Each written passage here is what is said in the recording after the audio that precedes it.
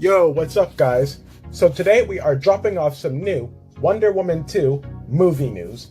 Even though Wonder Woman 2 won't hit theaters for a while, the anticipation and all the news surrounding the sequel has gotten fans, such as myself, really hyped with all kinds of excitement. But before I get started, if you're new here and enjoy all things movies, TV, reviews, and more, feel free to share, like, comment, and subscribe. If this isn't your first time with us, thank you for coming back and we really appreciate you hanging out with us. The first Wonder Woman movie had all kinds of people excited and it really restored people's faith in the current DC Comics movie franchise known as the DCEU, DC Extended Universe. And the first movie became one of the most successful superhero origin movies of all time. So it's not surprising that we're getting a sequel. I might as well get the obvious out the way. Yes, Patty Jenkins is set to direct, produce, and co-write the film.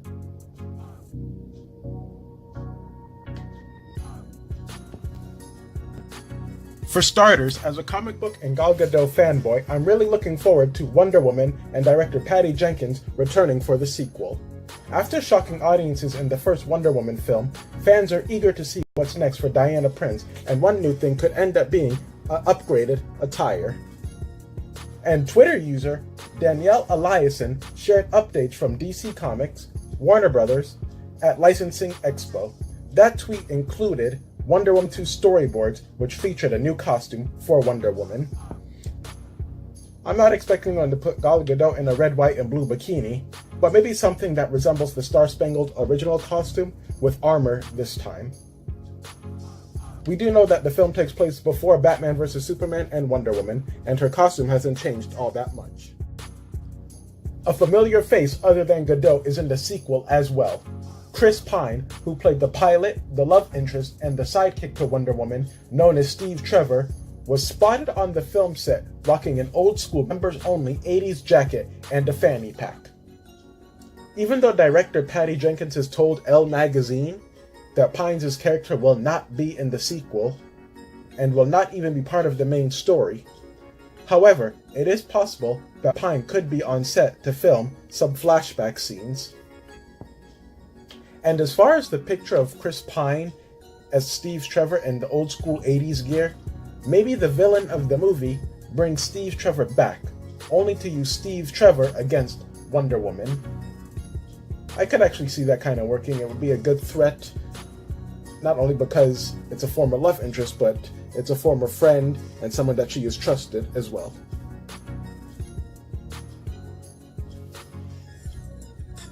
Speaking of WW84, comic book writer and producer Jeff Johns tweeted out hashtag WW84, and this most likely suggests that the setting of the film is definitely 1984.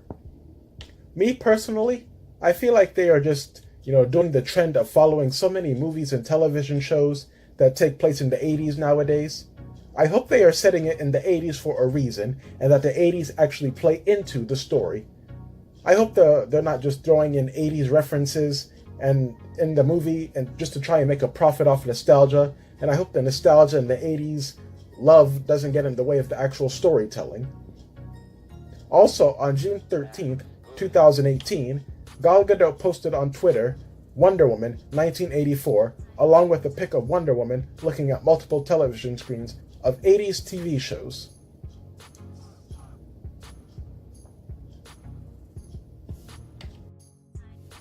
Also, Game of Thrones and Kingsman: The Golden Circle star Pedro Pascal will once again be working with Jenkins. Pascal, who played Whiskey in Kingsman, also worked with Jenkins on the TV movie called Exposed. Variety was the first to let fans know about Pascal joining the cast. However, we have not been given any details on who Pascal might be playing. I believe that Pascal may play a character known as Vandal Savage, or the Bronze Tiger. But Vandal Savage is actually a comic book supervillain, and he has plagued the Earth with crime and violence since before the beginning of recorded human history. I only made that theory because Pascal looks very similar to Savage. My second guess would be the Bronze Tiger, another supervillain, who was played by Michael J. White in CW's Arrow. Even though Pascal isn't the same race as the character is known for being in the Suicide Squad, and I can see them wanting to actually introduce the Bronze Tiger if they're trying to do a sequel to Suicide Squad. Also, the Bronze Tiger seems to be a perfect fit or sidekick to the movie's main villain, the Cheetah. One thing fans are sinking their claws into is Saturday Night Live legend Kristen Wiig is all set to portray the villain known as the Cheetah in Wonder Woman 2. For those who may not know, Cheetah is the arch nemesis of Wonder Woman, and she typically looks like an ordinary woman, but she has the ability to morph into a human cheetah hybrid, complete with increased speed, strength, and agility. Sometimes she's in control of her powers, other times she is not.